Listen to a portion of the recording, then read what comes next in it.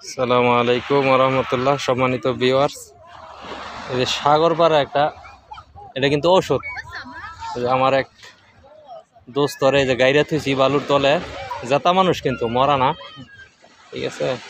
ওর হইলো চুলকানির রোগ আছে, অ্যালার্জি রোগ আছে। এখন এটা চিকিৎসার জন্য ডাক্তারে কইছে ওরা বালুর মধ্যে ঘন্টা 2 গাইরা থনের লাগে। সাগর পাড়ের বালু লবণাক্ত বালু, তো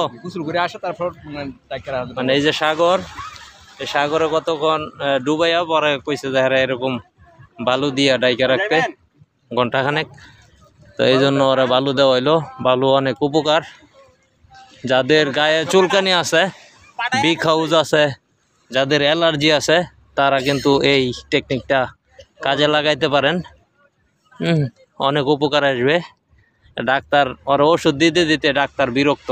এখন ডাক্তার কইছে তোর লাস্ট চিকিৎসা হইলো তুই সাগর পাড়ে গিয়া বালুর নিচে ঘন্টাখানেক শুয়ে থাকবি, তোর উপরে বালু দিয়ে দিতে বলবি। বলছে যে এরকম 2-3 বার করলে, 2-3 দিন করলে বা 2 দিন করলে এই চুলকানি চলে যাব। এই জন্য কিন্তু আর এই থেরাপি দেওয়া হইলো, বালুর থেরাপি।